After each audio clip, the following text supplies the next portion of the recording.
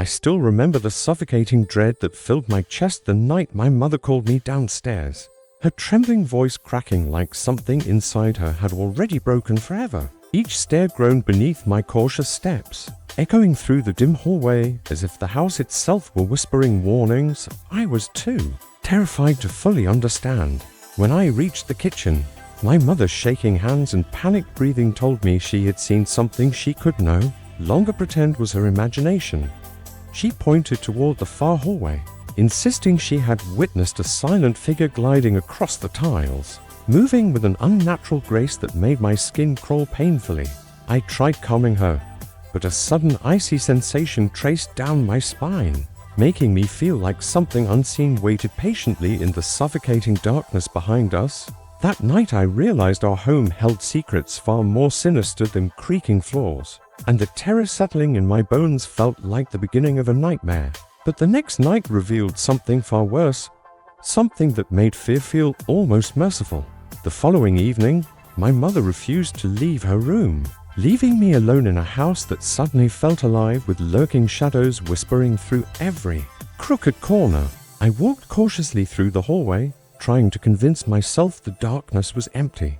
Yet every sound pressed against my mind like a warning I struggled to ignore. A soft tapping echoed from the living room wall, steady and deliberate, as though someone waited patiently for me to acknowledge their chilling presence. My breath caught in my throat as the tapping shifted locations, moving along the wall with slow intelligence, mirroring my steps with unsettling precision and purpose. I forced myself to move closer, though every instinct screamed to run, and the air around me felt heavy enough to crush whatever courage I had left.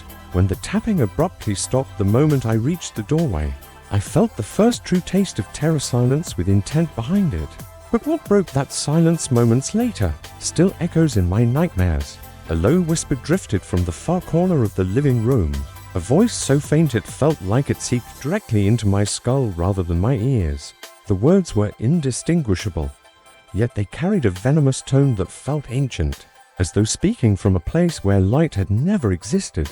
My heart pounded violently as the whisper circled the room, slithering through the air with an intelligence that studied me like prey trapped in its inevitable fate. I backed away slowly, but the voice grew clearer, gaining shape, filling the darkness with a presence that wanted me to know it was aware of my fear. The shadows along the walls thickened unnaturally, stretching upward like hands reaching for me, twisting in a way no light source could ever explain.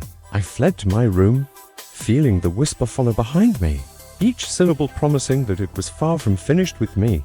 And the next night, it proved its promise wasn't empty, never came. So when morning finally rose, I felt hollowed out, yet the daylight offered little comfort because the house still felt quietly hungry. My mother refused to speak about anything, her eyes distant, her hands shaking, as though she had seen something she could never force her mind to accept. As the sun set again, the heavy feeling returned instantly, wrapping around the house like an invisible fog thick with dread and old, buried secrets.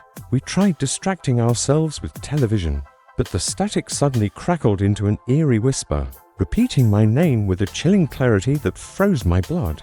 My mother clutched my arm in terror, but the whisper only grew louder, pulsing through the static like something crawling through the wires, searching for us. When the screen went black and our reflections disappeared from it entirely, I knew we were no longer dealing with shadows, we were dealing with intent, and that intent revealed itself fully on the final night.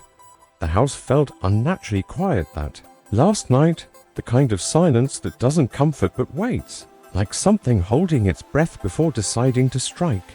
My mother and I sat together in the dark living room, both of us trembling as the faint whisper returned, echoing through the walls with icy precision.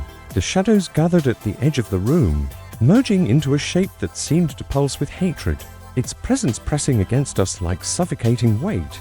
My mother's scream tore through the silence as the shape lunged forward, stretching across the floor like living smoke, desperate to consume everything it touched.